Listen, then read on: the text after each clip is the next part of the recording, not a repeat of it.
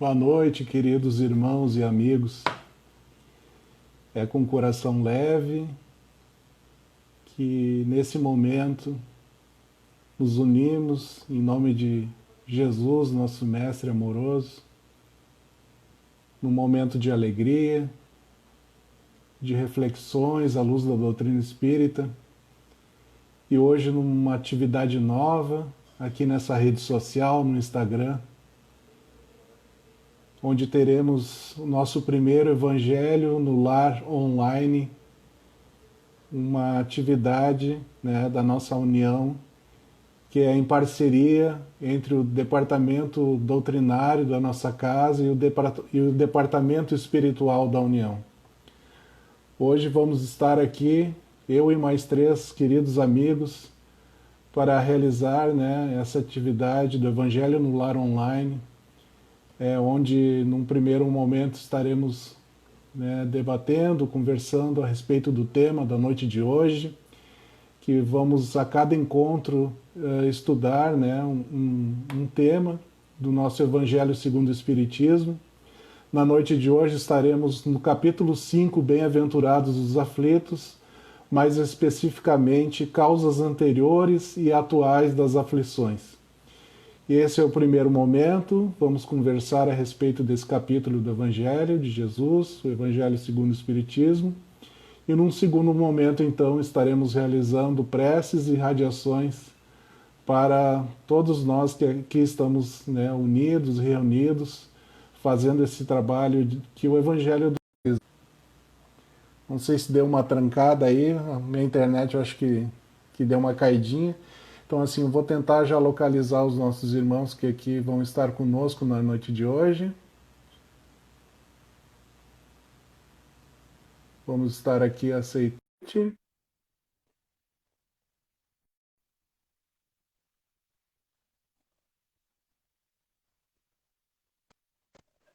Oi, João.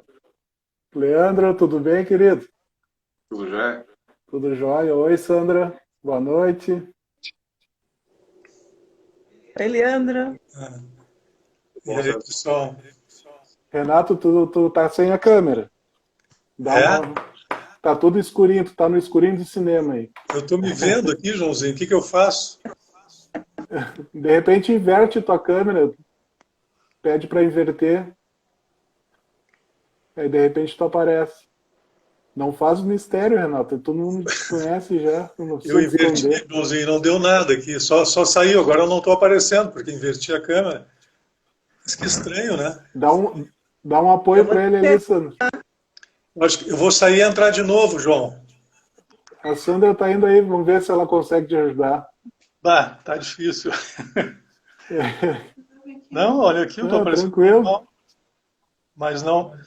Joãozinho, acho que eu vou sair aqui, não sei como é que eu faço para sair. Deve ter um X aí na tua tela, aí tu Eu vou pede sair e para vou entrar sair. de novo, então, tá? Tá bom, fica tranquilo aí. Enquanto isso, vamos, né, já lembrando aos nossos irmãos, né, que é importante, já que vamos realizar um evangelho no lar, é sempre bom, né? Já peguem a sua aguinha, sua garrafinha de água, seu copinho de água, que no segundo momento de nossas preces é um momento bom para fluidificarmos essa água, né? Como sempre fazemos no evangelho no lar, na nossa casa. Aí, Renato, te mandei de novo o aceite, aí eu acho que agora vai dar certo. E vamos também avisar aqui que, por enquanto, não temos definido, né, é, qual vai ser a periodicidade desses nossos encontros. Né? Hoje é apenas o nosso primeiro encontro de Evangelho no Lar Online.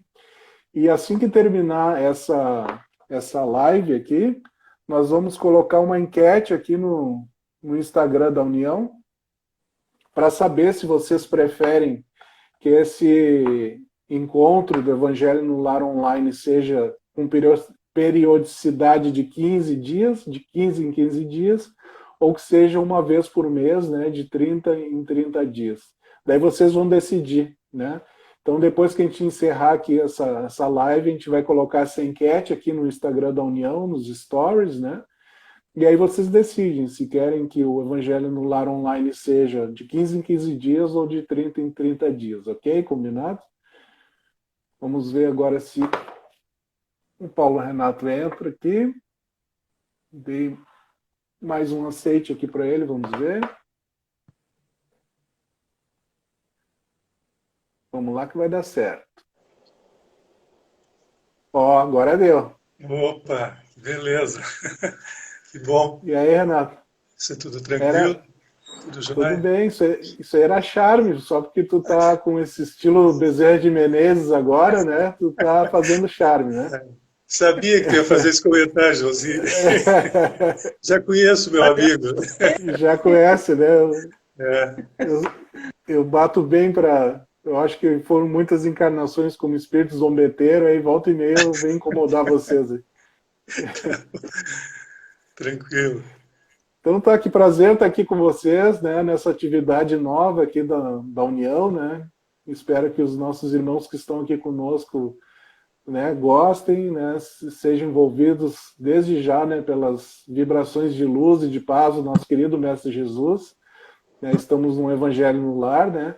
E eu gostaria então, já no primeiro momento, de pedir, né, para o Leandro, né? O Leandro é o vice-presidente da União e também diretor do Departamento de Assuntos da Família da nossa casa. Ele pudesse falar para a gente um pouquinho a respeito da importância do Evangelho no Lar, Leandro, se puder fazer, trazer para nós fazer esse pequeno recorte, assim, que é importante da gente lembrar, né, da importância do Evangelho no Lar, né, e até já vai explicar o motivo da gente estar realizando, né, essa atividade aqui online. Sim, sem dúvida. Nesses tempos que a gente está enfrentando, de pandemia, né, de afastamento, que nós não estamos frequentando a nossa casa como fazíamos, e agora a casa está aberta só 2 períodos, na segunda à noite e na quarta à tarde, né? É muito importante a gente fazer esse Evangelho no Lar, porque fazendo o Evangelho no Lar com a nossa família, com até mesmo esse recurso online, é um convite que a gente faz para a espiritualidade ir a nos visitar e tentar manter a nossa vibração, né, os nossos pensamentos, nossas ações, sempre compatíveis com o Evangelho. Porque, às vezes, a gente não consegue, 100% do tempo, manter aqueles pensamentos positivos, sempre alinhados com o Evangelho. De vez em quando, a gente pensa algumas vezes. E esses pensamentos nocivos, eles vão minando a nossa casa. E é um convite que a gente faz quando pensamos negativamente, para esses espíritos não muito bons para nos acompanhar. E não é nada agradável isso. Então, quando a gente faz esse Evangelho no Lar, convidamos Jesus e os espíritos benevolentes para a nossa casa, e é uma asepsia fluídica que a gente faz. Nós nos blindamos contra os pensamentos maus, contra os maus espíritos. Né? E essa é a importância de nós mantermos sempre essa vibração alta, né? Para mantermos a serenidade e a harmonia dentro de casa.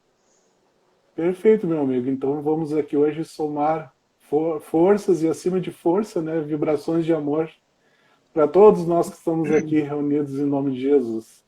Então vamos começar, a gente, a conversar um pouquinho a respeito, né, do tema da noite de hoje, né? A gente fez um planejamento assim de a cada encontro comentar um capítulo do Evangelho segundo o Espiritismo, né? Hoje é o capítulo das bem-aventuranças, né? E é um mundo, um universo assim imenso assim para a gente conversar, debater e refletir, né? E hoje especificamente vai ser causas anteriores e atuais das aflições. Então, assim, uma questão que eu lanço aqui para todos nós, para iniciarmos a nossa conversa, né? São bem-aventurados todos os aflitos? O que vocês acham, pessoal? É interessante essa colocação, né, João? Que eu acho que é a primeira coisa que se salienta quando a gente estuda esse capítulo do Evangelho é justamente isso. Quem são esses aflitos bem-aventurados, né? E aí, partindo desse ponto aí, cabe a questão, né? Será que Deus criou as aflições? De onde surgiram as aflições, né? Eu recordo do Emmanuel, no Consolador, eu acho que é capítulo não, questão 135, ele vai colocar que o homem, confiando mais em si mesmo, ele converte a sua fragilidade em foco de ações contrárias à lei divina. E, desta forma, ele estabelece uma intervenção indébita nessa harmonia divina. Eis o mal, diz Emmanuel, né? E ele vai complementar dizendo: urge restabelecer os elos dessa harmonia. Então foi o homem que infringindo a lei, ele determinou o surgimento das aflições. E se isso aconteceu porque ele infringiu a lei, é natural que ele, de alguma maneira, ele restabeleça esses elos que ele perturbou de alguma forma, né?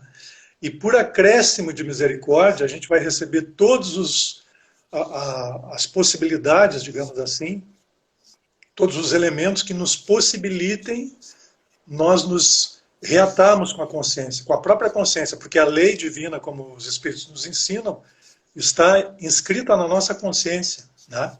Então, são bem-aventurados todos os aflitos? Não, claro que não. Aquele que se rebela contra a aflição, contra a dificuldade, contra a dor, o problema, com certeza não é bem-aventurado, né? Mas na medida em que a gente vai acordando, vamos tornando consciente, mais e mais consciente a nossa existência, a nossa vida, a gente vai percebendo, a princípio de uma forma intuitiva, e na sequência de nossas experiências, de nosso amadurecimento, a gente vai enxergando isso de uma forma muito clara, que fomos nós os causadores daquelas dificuldades. E que elas se apresentam para nós como proposta de transformação íntima, né? De nos ajustarmos, nos alinharmos às diretrizes das leis divinas. Então, esses que compreendem, que começam a trabalhar nessa direção, certamente são os aflitos bem-aventurados, né? Nós fizemos uma live sobre esse assunto e na pesquisa para essa live foi encontrado um livro de Emmanuel, que é o Nascer e Renascer, onde ele fala exatamente quem são os aflitos bem-aventurados. E não é, como disse o Paulo, aqueles que ficam queixume, reclamando da vida, com as aflições de bens materiais, enfim, né? Mas sim aqueles que, segundo Emmanuel, recebem as dores transitórias da vida por honrosas oportunidades de servir. Então, aproveitam essas oportunidades para servir, para atuar na caridade, na benevolência. Esses, segundo Emmanuel, são os aflitos bem-aventurados. Que também é abordado, né, pessoal, no nosso evangelho como o bem sofrer e o mal sofrer, né? Sim. E é bem essa questão. Eu gostaria de falar alguma coisa, Sandrinha? E no Evangelho, neste capítulo, no item 18, o Lacordaire fala assim: para bem-aventurados aflitos pode se traduzir como bem-aventurados os que têm ocasião de provar a sua fé, sua firmeza, sua perseverança e sua submissão à vontade de Deus, porque terão centuplicada a alegria que lhes falta na terra, porque depois do labor virá o repouso. Maravilhoso. E eu acho que também vale a pena a gente pensar, assim, a gente está falando no ideal, né, de como a gente deve perceber as aflições como oportunidade, né, de evolução, de conquista da nossa paz. Mas se por acaso, né, e eu acho que esse é o lugar mais comum, né, de acontecer, né, como é que se dá isso, assim, quando a gente começa a se rebelar, a se revoltar, né? Que tipo vamos pensar assim, que tipo de consequências esse comportamento, né, pode trazer para nós se a gente não vê esse momento como uma oportunidade, mas sim como um castigo, por exemplo, né? Porque para quem se revolta, eu acho que só pode perceber isso como um castigo, aí a aflição pesa mesmo, né? O que pode ocorrer, assim, Se a gente tivesse comportamento negativo frente a essa aflição, essa dor, essa dificuldade. Uma das causas, né, que a gente falasse sobre o bem sofrer e o mal sofrer, que tem no nosso Evangelho. As pessoas que são materialistas, que creem na unicidade das existências e não na reencarnação, né? Essas pessoas, elas superlativizam os acontecimentos na vida atual. Então, tudo que acontece na vida atual para elas, como não vai ter vida futura, elas dão importância demais e acabam sofrendo, que é o mal sofrer, acabam sofrendo por acreditarem que só terão essa oportunidade. E pelo simples fato, né, do homem duvidar da vida futura, ele canaliza todos os pensamentos e todas as importâncias para essa vida. Esse é um dos problemas que a gente fala que é o mal sofrer. E o bem sofrer seria o contrário. Como nós acreditamos, através da doutrina, nós acreditamos que há reencarnações, há várias oportunidades e o nosso caminho é sempre progredir, nós não damos muita importância para somos ofendidos, por exemplo, se alguma coisa que nós julgamos mal acontece, né? Nós acabamos, como disse Chico, fazendo uma prece para o agressor, para que ele mude seu pensamento, mude sua atitude. Então, esse aí seria o bem sofrer. Tu falaste, né? O bem e o mal sofrer. Tem uma passagenzinha que eu acho bem interessante, eu acho que está nessa linha aí, Joãozinho, dessa questão, né? Quando a criatura se rebela contra as dificuldades da vida e tal, que é do André Luiz no Agenda Cristã, capítulo 19, ele vai dizer assim, ó, fixe com demasiada atenção uma pedra da estrada e em breve o solo estará empedrado aos seus olhos. Depois disso, você necessitará de muita resistência para não sucumbir às asperezas do caminho. Né? Então, se a gente não consegue entender aquela proposta que a dor está nos apresentando, que a dificuldade está nos colocando à nossa frente, né? A gente não tem essa visão de perceber isso como uma oportunidade de crescimento e, ao contrário, nos leva à rebeldia, é a nossa mente fixada naquele processo, fixada naquele sentido de que nós somos vítimas ou que estamos, né, sendo, de alguma maneira, negligenciados pela, sei lá, pela justiça divina.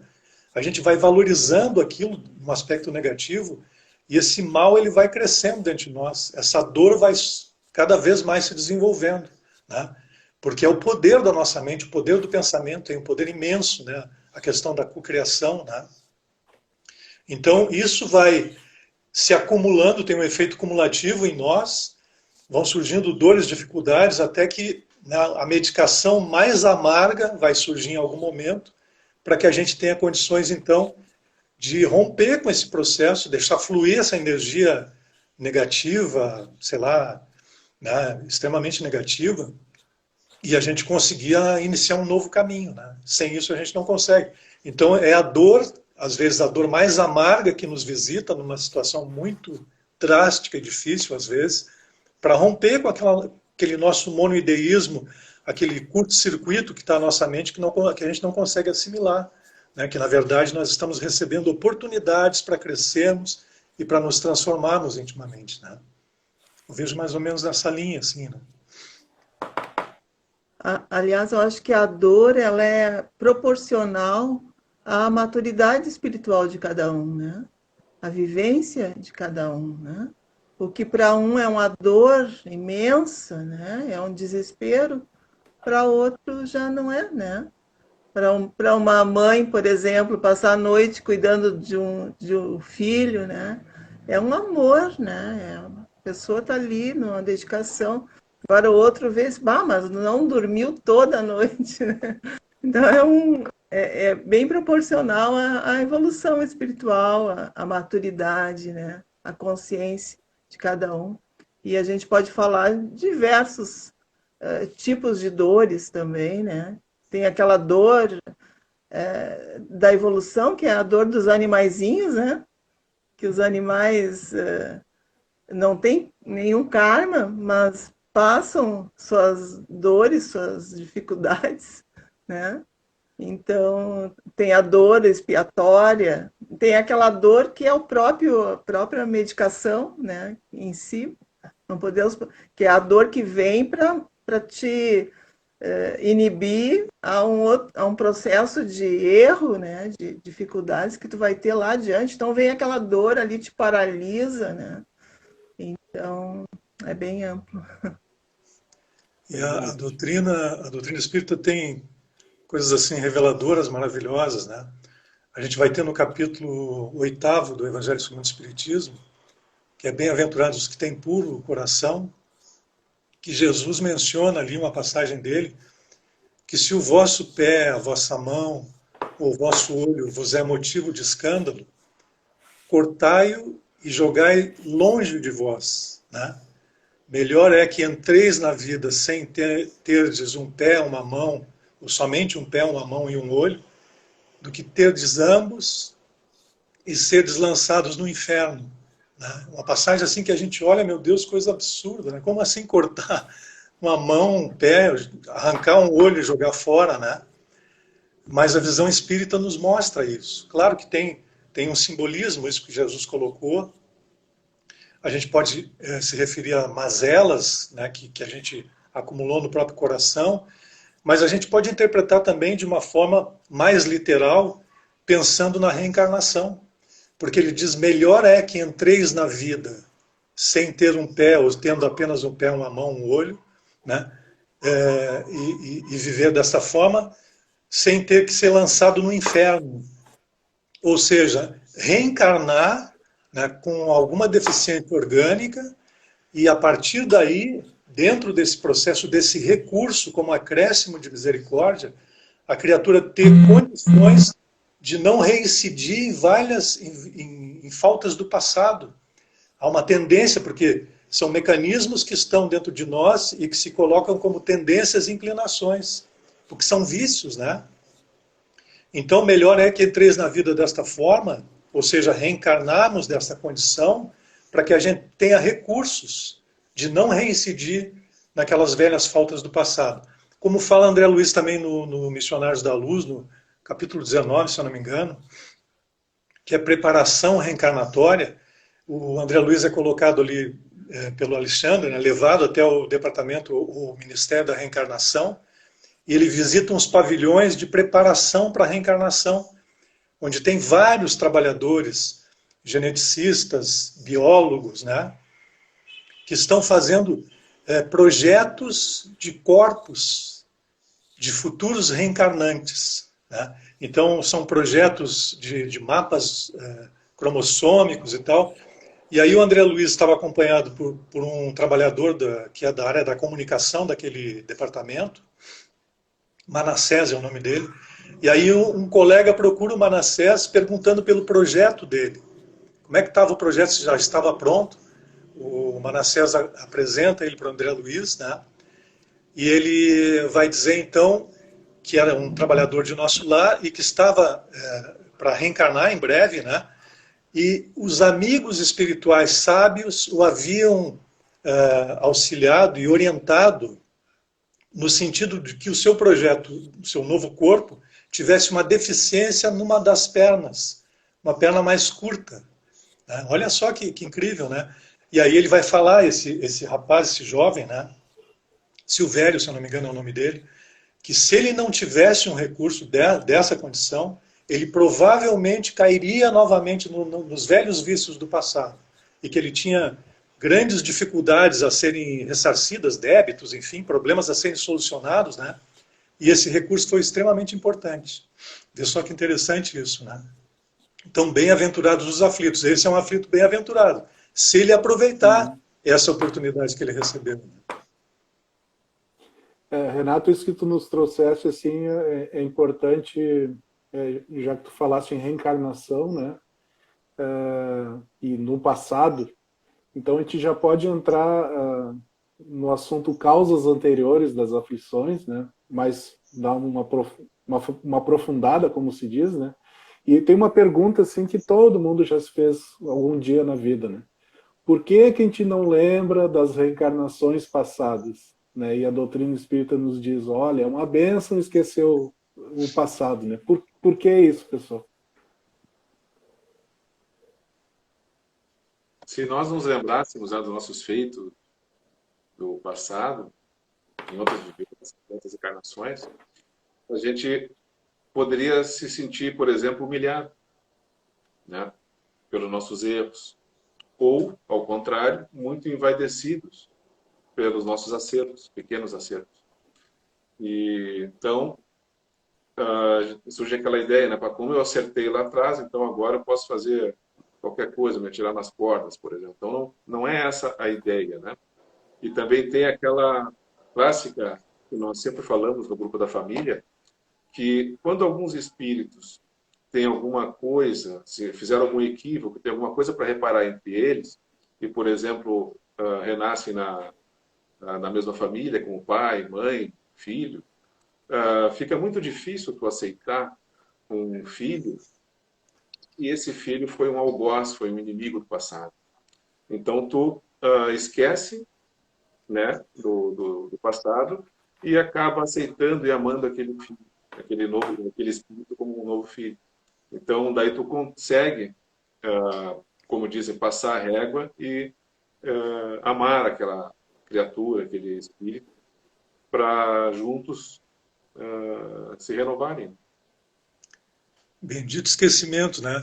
E eu recordei aqui aquela passagem do Missionários da Luz, mesmo livro, que é a reencarnação do Segismundo. Vocês devem recordar, né? O Segismundo, ele ia reencarnar e o pai dele foi uma pessoa que ele assassinou no passado, que era um concorrente da mulher que ambos amavam. Olhem só, né? E o Segismundo estava para reencarnar, estavam unidos agora essa mesma mulher com aquele companheiro que ele assassinou, então seriam os pais dele, e os amigos espirituais Alexandre e a equipe fizeram vários encontros levando Segismundo até o lar do Adelino, se eu não me engano é o nome dele, até que o Adelino conseguiu perdoar. Foi muito, muito, muito difícil. Inclusive, sem o perdão, ele não conseguia nem fertilizar o óvulo, né? Ele tinha, em função dessa energia negativa, ele estava numa condição de estéril, não tinha nem essa capacidade, né? E aí, então, olhem só na questão, tu imagina tu tá no teu lar ali, nascendo uma criança, e tu perceber que aquela criança te assassinou numa vida anterior, onde fica aí o amor, né? Como o Leandro estava colocando, é muito difícil. Então é a misericórdia divina que nos propicia esse esquecimento.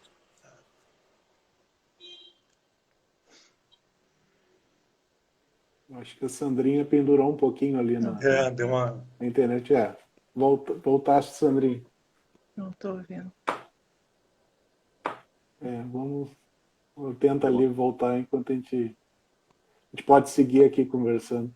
Realmente, né? Então é uma bênção, né? A gente não lembrar, né, dos processos anteriores, né?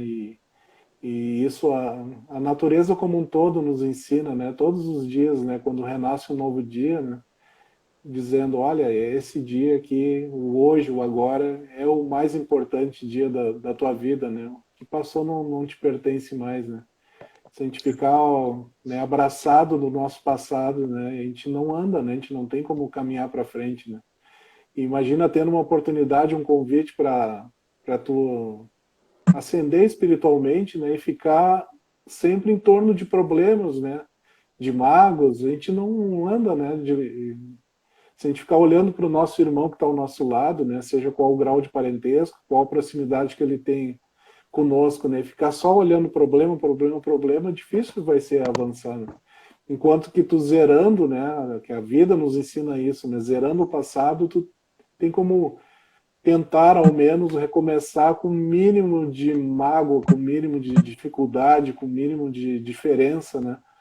E aí a gente fica até mais fácil, creio eu, né, da gente caminhar, de seguir adiante, né? Porque se a gente acordasse numa nova vida, lembrando de todas as dificuldades, né, dificilmente a gente conseguiria caminhar com mais serenidade, com uma coragem renovada, né, com ânimo novo, né? A gente ia estar sempre voltado para trás, né? E não ia estar vivendo o presente, né? Verdade. Uma E questão. aproveitando também. Fala aí, Renatinho. Não, só dentro disso que tu estava falando, João, a importância do perdão, né, do auto-perdão. E sempre quando a gente pensa no perdão, a gente pensa numa certa postura de humildade, né, da gente reconhecer que somos alunos da vida, somos aprendizes, né? Então é Ah, natural o erro, né, os nossos erros são naturais porque nós somos ainda crianças espirituais de certa forma, né? Se a gente pensar aí lá na frente nos espíritos puros, então a gente está numa distância anos e anos-luz, né? Então é natural que a gente erre. E esse, aliás, é um mecanismo de evolução, é o erro e o acerto, né? À medida que a gente vai errando e percebendo o erro e se auto-perdoando, que é essa terapia fundamental, que a gente se liberta para seguir adiante, né? Mas é o perdão com a ação de corrigir os nossos erros, né? Esse é o processo fundamental. Para ter o auto-perdão, né, nós devemos não ser orgulhosos, né? Porque o orgulhoso, ele não admite que erra. Ele acredita que não é que é infalível. E para ter o auto-perdão, nós devemos ser mais humildes, aceitar que nós erramos, para daí mudar o nosso sentimento e seguir em frente. Andei saindo aqui, foi dar uma volta. perdi um pouco o fio da meada, mas acho que vocês estão me escutando agora, né? Sim, sim. Uhum. Estou toda hora saindo aqui. Mas vocês estão falando do auto-perdão, né? Isso, Sandri. Que é importante para seguir adiante, o auto-perdão, né? Que não significa a gente ignorar o que a gente fez, né? Mas sim reparar os nossos erros, né? E eu gostei muito do Dr. Alberto Almeida, que ele falou assim, que o primeiro passo deve ser como se a gente estivesse subindo uma montanha, né? Que ir além do ego, né? Nessa questão do auto-perdão, né? Porque a gente fica tão envolvido com a perturbação, com todo esse processo que nos toma, com a emoção que nos toma, que é necessário a gente parar, né? Ir além do ego, como ele diz, né? Como se estivesse subindo uma montanha e vendo mais além, a gente vai percebendo mais além, né? Então, tem algumas coisas que a gente potencializa, valoriza muito e que, na verdade, não são tão assim, né? Então, a gente começa a fazer esse exercício, né? De amorosidade para conosco mesmo, né? Senão a gente fica fixado no passado, se punindo, né, com a culpa, num momento, numa situação, né, especial. E as coisas já mudaram, né? Já mudaram muito e a gente está lá, né, presinho com a nossa mente presa, né? Então é importantíssimo o auto-perdão para seguir em frente, né? E estamos falando então do auto-perdão e do perdão, né? E, claro, o auto-perdão em relação a nós mesmos, né? Mas e o outro na nossa vida, né? Qual a importância do outro? Qual a importância das nossas relações para um processo, né, evolutivo e também, e muitas vezes, né, as causas, vamos dizer assim, as causas atuais de nossas aflições passam pelas nossas relações com o outro, né? Por que a gente foi inserido, né, nessa convivência com o outro? Ia ser tão mais fácil se a gente vivesse sozinho, pelo menos a gente gosta de se enganar assim, né? Que dizem que é só botar uma mosquinha junto com a gente que acabou, né? Acabou a fase, né? Qual a importância do outro Eu gosto nessas muito, relações? Eu gosto muito de uma fala de uma palestrante na internet que ela diz assim: quando Jesus diz bem-aventurados os aflitos, ele está falando conosco, hein? Todos nós somos os aflitos, né? E é nos relacionamentos que a gente percebe isso, né? As grandes dificuldades, as nossas dificuldades, né? Porque a família ali é o laboratório, né? Dessas vivências, né? E ninguém está ali, caiu de paraquedas, está ali por acaso, ninguém é anjo, né? Ninguém é santo. Então, se estamos num contexto familiar ou né, nas relações sociais, no trabalho, é porque temos afinidade com aquelas pessoas ali, né? E tem também aquela questão, né, que é justamente na relação que a gente se descobre, né? Se não fossem as relações, como é que a gente ia descobrir que nós trazemos orgulho, que nós trazemos vaidade, que nós trazemos, sei lá, o amor, né? Nos relacionamentos isso aparece de alguma maneira. E especialmente, né, aquelas pessoas que são muito assim intransigentes e até orgulhosas, achando que tem já um padrão de evolução significativo, elas vão descobrir questões suas que estão lá na sombra, que elas não conseguem identificar, projetado nas pessoas com as quais elas se relacionam, né? Quantas vezes a criatura fica indignada pela vaidade do outro, pelo egoísmo da outra pessoa, e aí isso às vezes ocorre nos casais, né? Aí muitas vezes leva o indivíduo, inclusive, à separação, e aí vai, casa novamente e, por incrível que pareça, aquele novo cônjuge tem as características do antigo. Porque, na verdade, é o indivíduo que está refletindo no outro, né, as suas questões internas, né? Então, olha o valor da convivência. A gente vai aprendendo a se reconhecer, né? E quando a gente vai amadurecendo essa percepção, e quando alguma característica de uma pessoa nos incomoda, a gente já percebe que está em nós, a gente já não vai ficar criticando o outro, porque nós já temos maturidade suficiente para perceber que aquilo é uma questão nossa. É uma área de ressonância em nós que a vibração do outro despertou. Estava ali bem, né, latente em nós, mas naquela manifestação daquele indivíduo, aquele tipo de emoção, por repercussão, vibrou em nós e a coisa se manifestou. Aí a gente se desagrada com o outro, né? Mas na verdade estamos nos desagradando conosco mesmo, com características emocionais que estão dentro de nós, né? As relações que nos propiciam isso, né? É o espelhamento, né? A gente espelha no outro. Espelhamento. Perfeito.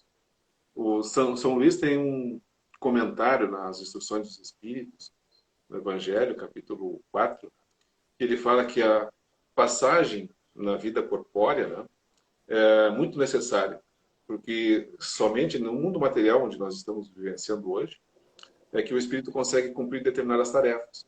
E uma das tarefas é essa, de se relacionar com um semelhante, né, de aceitar, de conviver harmoniosamente com o semelhante. Essa é a importância de aprendizado. Perfeito, Leandro. E meus amigos, vocês sabem que eu estou aqui cuidando do tempo, né? O papo tá tão bom que a gente não pode se empolgar muito para, né, para não se estender muito no nosso encontro, assim. Eu acho que a gente não pode passar de 1 hora, né? Então, assim, nós já conversamos a respeito do que seriam as aflições, conversamos um pouco a respeito das causas anteriores, né? Falamos um pouco das causas atuais também, né? Porque, né, se a gente for eu teria assim dias e dias para a gente continuar falando desses assuntos, né? Mas assim por questão de ordem, né? Vamos começar vamos dizer assim a refletir juntos aqui o que fazer então para evitar, né, essas aflições, né? Aqui já foi falado a questão do auto perdão para seguir em frente, que é extremamente importante, né? E o que mais que a gente pode fazer, né, para trabalhar as aflições, né, trabalhar os nossos sofrimentos, as nossas dores, para que elas não, enfim, não se repitam ou, né, não sei se não se repetiriam, mas se fossem menos intensas, né, menos dolorosas para nós, né, porque eu acho que assim como o erro, né, que o Renato nos trouxe é um processo natural da vida, errar é natural, né, o processo de sofrimento é natural na vida também, né? Independente do até mesmo do nível evolutivo que a gente esteja, né? Mesmo que a gente esteja lá adiante, a gente não vai estar preparado para determinados dar novos passos, né? Qualquer insegurança que venha que venhamos a sentir para dar um passo novo já vai gerar, né, um certo sofrimento, digamos assim. Claro que não um sofrimento que a gente conhece aqui num planeta de provas e expiações que ainda estamos, né? Mas eu acho que esse sofrimento é natural da vida também, porque a gente vai ter que abrir mão de algumas coisas para ter outras, a gente não pode ter tudo ao mesmo tempo, né? A gente vai ter que mexer internamente, qualquer mexida gera um determinado sofrimento, porque independente, eu acho, do nível que a gente tiver, a gente vai ter alguns apegos relativos àquela fase que a gente viveu por muito tempo, né? Já que a gente não ascensiona assim um mês numa e um mês noutra, né? Nossa, a gente fica centenas, milhares de anos assim num determinado padrão evolutivo, assim, né?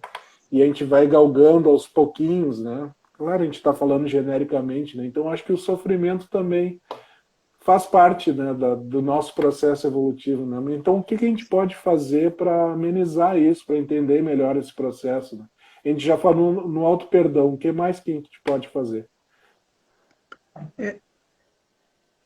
Eu vou falar. Certo, sim. Eu estava lendo Plenitude, da Joana de Ângeles, né? E que ela diz assim, quando nós somos atingidos por uma flecha venenosa, né? A primeira atitude que nós temos que ter é arrancar a flecha, né? Aí ela faz essa analogia que nós temos flechas venenosas cravadas na nossa alma, né? De remorso, né? Ressentimento. Então, a primeira atitude é educar a mente mesmo, é esse trabalho conosco, né? Não é apontar para o outro, né? Não é colocar, né, a responsabilidade àqueles que estão em nossa volta, não, né? É essa educação da nossa mente, disciplinando a nossa vontade e buscando atitudes, né? Atitudes diárias. E isso não é um processo assim, olha, hoje eu vou fazer isso, amanhã já está tudo bem, não. Não, é um vir a ser, é um trabalho, né, conosco. Porque cada um sabe a flechinha que está dentro de si, né? Eu acho também assim que a dor é nossa, né? A dor não é de ninguém mais, é nossa. Tipo assim, bem simples, um exemplo corriqueiro. O vizinho vai fazer uma viagem maravilhosa pelo mundo, pela Europa, não sei para onde. E aquilo me deixa extremamente mal, né? Com ciúmes, com inveja, com orgulho, sei lá. Essa dor, por que surgiu no meu coração ao ver aquele vizinho que vai ter um processo de felicidade, de harmonia, vai, quem sabe, concluir um sonho que ele tinha, sei lá, alguma coisa desse tipo? Por que está doendo em mim? Porque tem processos a serem vencidos em mim. Justamente o orgulho, a vaidade, né? Então a dor sempre tem essa carga de ensinamento, né? A dor está nos trazendo uma lição a ser assimilada.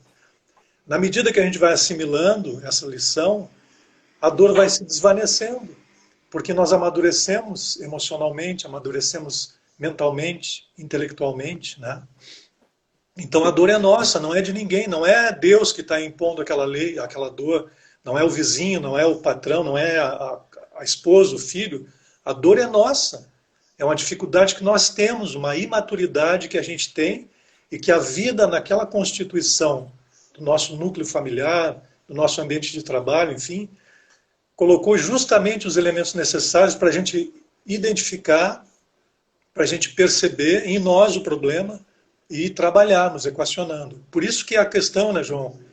A gente se conectar com a lei divina, que está na nossa consciência. Então, na medida que a gente vai fazendo essa conexão, realizando esse trabalho interior, a dor, a aflição vai se desvanecendo, ela vai se pulverizando, vai se evaporando, na direta proporção em que a gente vai amadurecendo espiritualmente, emocionalmente, enfim, né? Então, é muito bonito a gente entender isso, perceber isso, porque as coisas se tornam mais leves na nossa vida, né? A gente consegue entender melhor as dificuldades do caminho. Nós não devemos nos revoltar, né, como falou a Sandra, ali, guardar mágoas, que é o mal sofrer, né? A gente deve tentar aproveitar as oportunidades para aprender. Kardec escreveu no Evangelho, cada um segundo suas obras, né? E o que a gente deve fazer? Devemos melhorar nossas obras. Se nossas obras são de péssima qualidade, ter uma vida de péssima qualidade. Se nós praticarmos o amor e a caridade, independente de quem seja o próximo, né, não elegendo o próximo, daí a gente pode transformar aquele sentimento interno nosso. E através dessa transformação a gente consegue transformar também aqueles que estão à nossa volta, né? Essa aí seria uma ideia de o que fazer para melhorar. Perfeito, né? Obviamente, né, pessoal, a gente fazendo o bem, né, como sem olhar a quem, como se diz, né, a melhor forma da gente vencer as nossas aflições, né, perceber o outro, né, e tentar ajudar esse outro, né, o nosso próximo. Ajudando o próximo, a gente vai estar ajudando a nós mesmos, né? E o bem, né, em nossas vidas, nossa, ele é infinito, né? Tem infinitas formas de a gente mergulhar nesse bem, né? Mergulhar no amor, mergulhar nessa vibração tão maravilhosa, né? Que é o bem, que é o amor, né? E certamente é isso que vai, né, fazer com que a gente se blinde mais, né? A respeito de tantas aflições que muitas vezes a gente nem teria necessidade de passar, porque, como o próprio Renato falou ali, a dor é nossa porque a gente voluntariamente cria essas aflições, essas necessidades que sei lá de onde é que a gente tira, né, e que nem precisaria, né? Então o bem é sempre, eu acho que é a ferramenta, a melhor ferramenta, né? E não sei se dá para dizer que é só uma ferramenta, é tão grandioso, né? Mas é a forma da gente trabalhar, né, as nossas aflições e ajudar o nosso semelhante a trabalhar as suas aflições, né? Verdade. Então, antes da gente passar para a segunda parte do nosso trabalhinho hoje, né, que seriam as preces, as irradiações, né, eu acho que vale a pena a gente só falar rapidamente, assim, já que somos espíritas e, né, eu creio que todos os trabalhadores espíritas, assim, né, nessa questão das aflições, né, e o que fazer para diminuir as aflições. Por que a gente diz assim, né? Cuidado, não seja um tarefeiro no centro espírita. O que é ser um tarefeiro no centro espírita e por que isso não é legal? Nós sabemos, né, João, que o que vale é a intenção. Se a gente faz um ato com uma intenção X, é aquela intenção X que vai validar o nosso ato. E a gente sabe que tem a expressão ajuda-te a ti mesmo que o céu te ajudará. Emmanuel tem outra expressão também que se tu faz o bem, o universo conspira a teu favor. Então, o que nós devemos fazer, não fazer apenas a tarefa. Eu vou lá para só varrer o chão. Quando foi perguntado, por exemplo, para algum trabalhador que estava construindo um muro, o tarefeiro, o que tu está fazendo? Estou juntando tijolo para construir um muro. E se tu perguntar para outra que tem uma visão maior, o que tu está fazendo? Estou fazendo uma catedral. Porque ele estava construindo um muro que faz parte de uma catedral. Então, quando tu é um trabalhador espírita, tu está engajado numa obra maior. Tu não está apenas varrendo o chão, não está apenas controlando a porta, tu está contribuindo para a educação tanto dos encarnados como dos desencarnados, né? Então, tu deve sempre trabalhar de acordo com as tuas possibilidades, sem preguiça, te doando, né? Esse é o pensamento. E assim também, eu acho que quando a gente está na casa espírita, né, a gente deve pensar no suporte espiritual, na equipe espiritual que dá sustentação aos trabalhos da casa, né? Então, a gente buscar essa ligação com eles, qualquer que seja a tarefa que a gente esteja executando, que a gente possa estar ligado a essa equipe espiritual, né? Porque é muito maior o trabalho do que a gente enxerga ali com os nossos olhos, aquelas paredes, aqueles, enfim, aqueles trabalhadores, né? Tem uma contraparte espiritual ali dando suporte ao trabalho. E muitas vezes, né, Leandro, como tu falaste ali, a pessoa está realizando uma tarefa e até, por vezes, inconscientemente, ela deseja a aprovação dos outros, ser considerado pelos outros. Ah, o cara é um coordenador de grupo, é um palestrante ou é o presidente da casa. Qual é o sentido disso, né? A pessoa realmente está trabalhando para ter a admiração do outro? A intenção, como o Leandro falou, se for essa a intenção, meu amigo, tá num barco furado, né? Porque não tem sentido nenhum. Não é realmente um trabalhador da casa, né? Não está ligado à equipe espiritual do trabalho, não está ligado a Jesus, que é o trabalho que a gente imagina nessa seara bendita do Mestre, né? Então, a gente tem que meditar maduramente sobre isso, né, João? E o Evangelho nos diz, né? Naquela passagem, nem todos os que dizem Senhor, Senhor entrarão no reino dos céus, mas aquele que faz a vontade do meu Pai, né? E muitas vezes nós usamos, né, o trabalho, que é uma oportunidade imensa, né? Mas como uma válvula de escape, né? Como uma fuga. Muitas vezes, claro, isso aqui é uma suposição, né? Mas muitas vezes a pessoa tem um lar difícil, né? Que precisa da pessoa ali, e ela emenda de segunda a domingo na casa espírita, né? Não olhando para si, né? Não olhando para as questões que ela tem que trabalhar. É claro que a casa é uma bênção, né? E um suporte, né? Um oásis de luz que nos auxilia em nossa caminhada e nossas lutas. Mas é preciso enfrentar as nossas lutas, né? Com as ferramentas que nós recebemos na casa espírita. Perfeito. Então, acho que a gente pode encerrar essa primeira parte, né, do nosso trabalhinho de hoje e vamos passar então para as preces, né? Então, eu vou pedir para a Sandra fazer a prece para envolver os lares de todos os nossos irmãos que aqui se encontram conosco e depois o Leandro puder encerrar para nós o trabalhinho e aí a gente encerra o nosso encontro de hoje. Lembrando aos irmãos, então, que, né, se não pegaram a sua aguinha para ser fluidificada, aproveite, que não é firula, não, né? Os amigos espirituais estão aqui conosco, né? E além de nos fortalecerem, é uma oportunidade de a gente fluidificar uma aguinha aí para receber essas forças, né? Essas luzes de todas as formas possíveis. Né? Então vamos para a segunda parte do nosso trabalhinho. Onde estiver um ou mais reunido, né, em nome de Jesus, ele estará, né, junto. Então, com certeza, nós estamos reunidos em nome de Jesus, firmando os nossos corações, entrelaçando os nossos corações.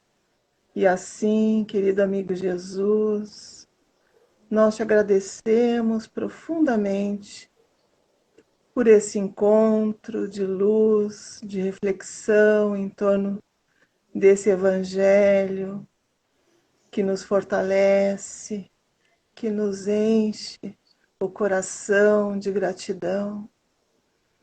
Agradecemos, Senhor Jesus, essa equipe amorosa da nossa casinha União Espírita, Dr. Bezerra de Menezes e todos os nossos queridos irmãos que coordenam os trabalhos daquela casa, que coordenam esses trabalhos que temos feito online.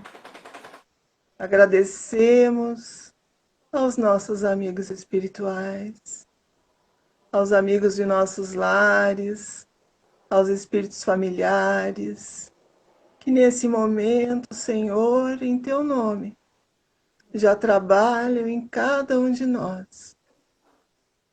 higienizando a psicosfera de nosso lar, retirando as formas pensamentos, trabalhando o nosso corpo físico, espiritual, fluidificando as águas de nosso lar, os alimentos, envolvendo aqueles que estão em nossos pensamentos, envolvendo aqueles mais necessitados.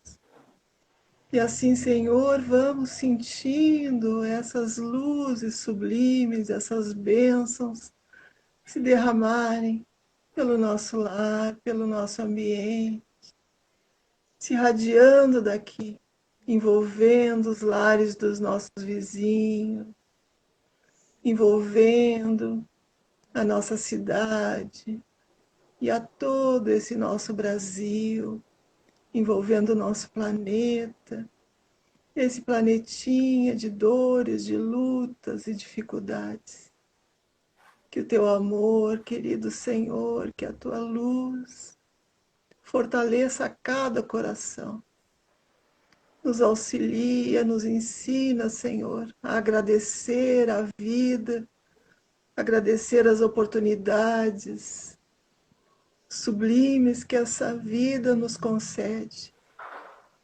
E nos auxilia, Senhor, para que possamos perceber o quanto somos amparados, o quanto somos auxiliados e amados por esses queridos amigos da luz.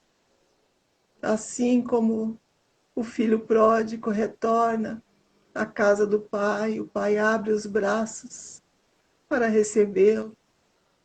Sabemos, Senhor, que nas nossas lutas, nas nossas aflições, esse Pai de bondade, de misericórdia está sempre para nos receber e nos amparar. Muito obrigada, Jesus. Obrigada, Dr. Bezerra de Menezes. Obrigada aos amores que estão em nossos lares nesse momento. Que a tua paz fique conosco e que assim seja.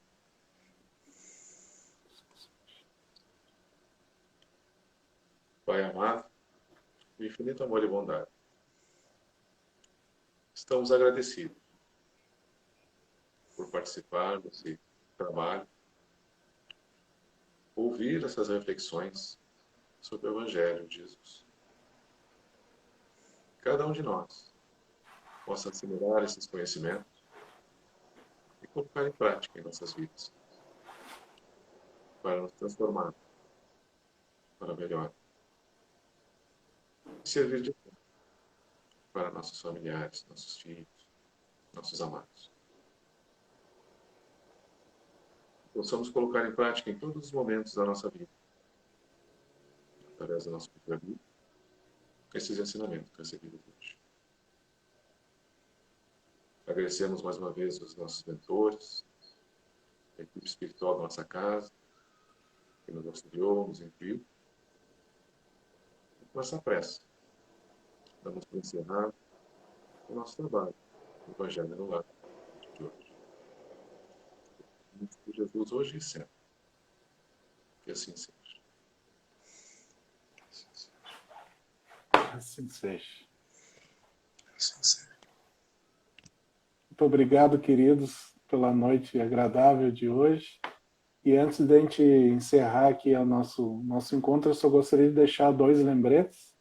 O primeiro é que agora, em seguida que a gente encerrar essa live, eu vou colocar uma enquete aqui no Stories da União no Instagram, para o pessoal de casa decidir, então, se querem esse encontro que a gente teve hoje de 15 em 15 dias ou de 30 em 30 dias. Então, a decisão fica com todos vocês. E o segundo lembrete é que essa live vai ficar gravada aqui no Instagram da União e também vamos compartilhá-la, não sei se está certo dizer isso, vamos compartilhar também lá no YouTube, né, que também ajuda a gente a passar adiante esse encontro de hoje. Então tá, obrigado pelo carinho de todos vocês, que Deus abençoe o lar de todos os nossos irmãos que estiveram aqui conosco. Uma boa noite, bom final de semana para todos, e a gente se vê em breve, se Deus quiser. Boa noite Boa a noite, todos. queridos. Um Muito abraço. obrigado. Fiquem com Deus. Boa noite a todos. Paz e luz a todos. Boa noite. Boa noite.